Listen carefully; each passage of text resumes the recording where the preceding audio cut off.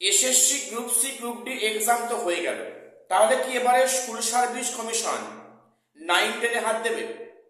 আমি সে নিয়ে আলোচনায় আসছি।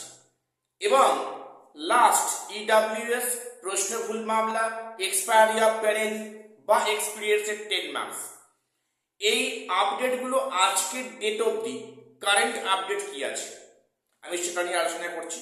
এবং মাদ্রাসা বা পিএসসি স্কুল এসআই বা পিএসসি অ্যাসিস্ট্যান্ট টিচার ম্যাডাম, এই যে পোস্টগুলো, যে ভ্যাকান্সিগুলো প্রকাশিত হওয়ার কথা বা সেখানে যে বিজ্ঞপ্তি আসার কথা, সেটাই সত্যি বোর্ডের মধ্যে আসবে?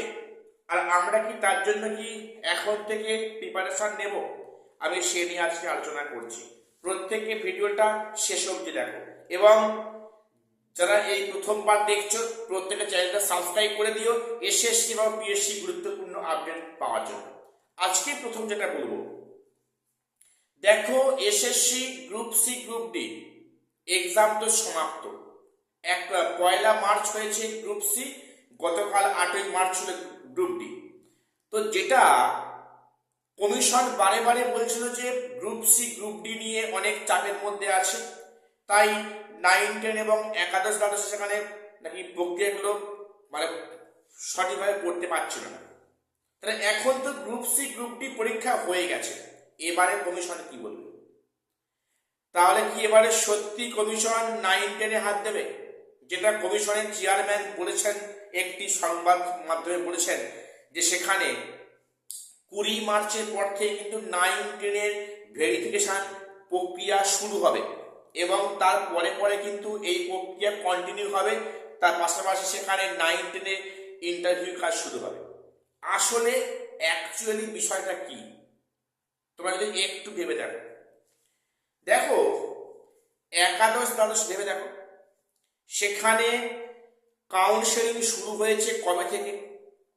সেই প্রক্রিয়া এখনো মাত্র সম্ভবত 172 কি 74, আমার ঠিক এই সংখ্যাটা অ্যাকচুয়ালি খেয়াল নেই, এই সংখ্যক মাত্র ক্যান্ডিডেটের কাউন্সেলিং হয়েছে এবং তাদের পিভিআর মেডিকেল চেক আপ করবে, তারপর তাদের স্কুলে জয়েন করার প্রশ্ন।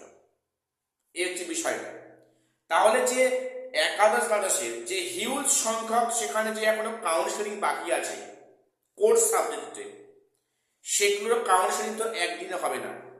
সেখানে কাউন্সেলিং হবে, তারপরে সেখানে মধ্যশিক্ষা পর্ষদে ভেরিফাইড কাজ হবে, সেখানে পিভিআর জমা, সেখানে মেডিকেল চেক আপ, এই সম্পূর্ণ প্রক্রিয়া যখন কন্টিনিউ হবে, কমিশন যে গতিতে হাঁটছে, এবং এর পাশাপাশি কি সত্যি কি 9-10-এর ভেরিফাই প্রক্রিয়া শুরু হবে, করতে পারে, সেই পরিকাঠামো আছে? তার উত্তর হ্যাঁ আছে, অবশ্যই আছে। এবারে আরেকটা বিষয় বলি, যেহেতু ভোট শিগগিরই ডিক্লেয়ার হবে, তাহলে কি এত সাফিসিয়েন্ট কি কর্মী কমিশন পেয়ে যাবে যে একাধারে দ্বাদশ সেখানে মানে কাউন্সেলিং প্রক্রিয়া বা সেখানে 9-10-এর ভেরিফাই প্রক্রিয়া, ইন্টারভিউ প্রক্রিয়া? দেখো এটা সম্পূর্ণ ডিপেন্ড করছে কমিশনের উপরে।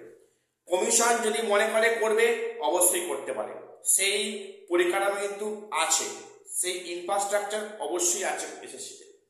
সেটা যদি তাদের সদিচ্ছা থাকে যে SSC group C group D যেহেতু হয়ে গেছে, আমরা এবারে 9-10 নিয়ে আরম্ভ করব, তারা যদি মনে করে, তাদের সদিচ্ছা থাকে, অবশ্যই সম্ভব। আর না হলে আমি যেটা বললাম, একই সাথে 9-10-এর ইন্টারভিউ ভেরিফিকেশন, আবার সেখানে হচ্ছে কি 11 কাউন্সেলিং, সেটা কিন্তু আদৌ সম্ভবপর হবে না। আমরা যদি মানে ইতিহাস দেখি, মানে জাস্ট আমরা যদি বিগত দিনগুলো দেখি, সেখানে কমিশন অনেক কথায় খেলা করছে। ঠিক আছে, তো যাই হোক, আমি যেটা বললাম যে সবটা ডিপেন্ড করছে কমিশনের সদিচ্ছার উপরে। সেটা সেটা যদি কমিশন চায়, অবশ্যই হবে, মানে হওয়ার সম্ভাবনা আছে। ঠিক আছে, এইবারে যেটা বলবো, আগামী দিনে মাদ্রাসা, সেখানে পিএসসির অ্যাসিস্ট্যান্ট টিচার ম্যাডাম এবং সেখানে পিএসসি স্কুল এসআই এই ভোটের মধ্যে আসবে। দেখো আমার যেটা মনে হয়,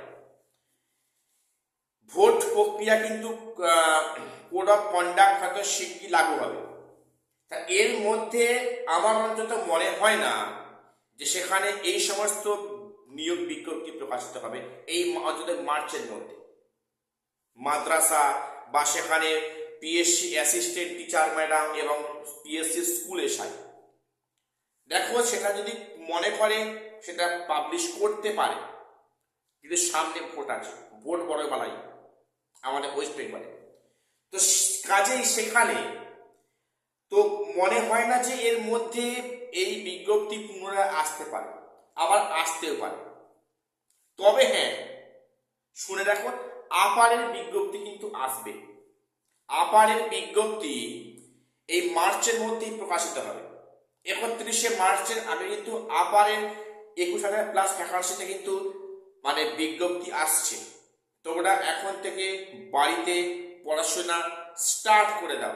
অনেকে স্টার্ট করে দিয়েছো, যারা করনি ভাবছো বিজ্ঞপ্তি বেরোলে করবো না, এখন থেকে এই মুহূর্তে আজ থেকে আরম্ভ করে দাও।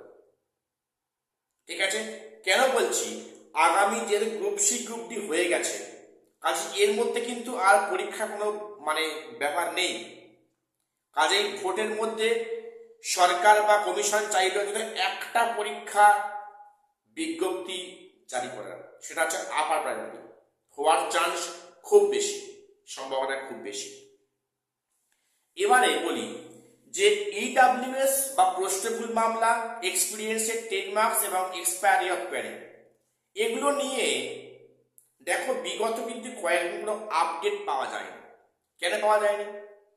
সত্যি কথা বলতে এই যে লাস্ট উইকে এই সংক্রান্ত মামলা সে অর্থে কোর্টে শুনানি হয়নি, তাই আপডেট আসে।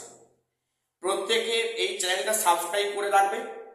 আমি যখনই কোনো আপডেট পেয়ে যাব ইডাব্লিউএস সংক্রান্ত প্রশ্নভুল, এক্সপিরিয়েন্সের 10 মার্কস বা এক্সপায়ারি অফ প্যারেন্ট, আমি কিন্তু সঙ্গে সঙ্গে আমি এই চ্যানেলে আপডেট দেবো। এবং বলে রাখি যে এইগুলোর আগাম ভবিষ্যৎ কি।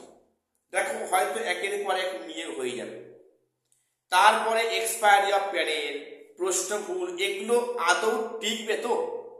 দেখো এটা মানে কোর্টের বিষয়, এই বিষয়ে আমাদের কথা বলাই উচিত নয়। কেন বলছি? যেহেতু এটা কোর্টে বিচার্য বিষয়, আদালত বা বিচার ব্যবস্থা আমাদের সবার ঊর্ধ্বে। কাজেই সেটুকুকে সম্মান জানিয়ে এই মুহূর্তে আগাম এটা কোনো এফেক্ট হবে কিনা, সেটা কোনো ইম্প্যাক্ট আদৌ করবে কিনা এই প্যানেলের উপরে, সেটা আমি এই মুহূর্তে বলছি না, সেটা সময় বলবে। তবে হ্যাঁ, এক্সপায়ারি অফ প্যানেল এটা মানে একরকম প্রায় ধরে নাও বাতিলের খাতায় পড়ে গেছে, আমি এটুকু আপডেট দিয়ে রাখলাম। তো প্রত্যেকের চ্যানেলটা সাবস্ক্রাইব করে রাখো বিভিন্ন আপডেট পাওয়ার জন্য এসএসসি বা পিএসসি। আজ এখানে শেষ করলাম, দেখা হচ্ছে পরে কোনো আপডেট নিয়ে।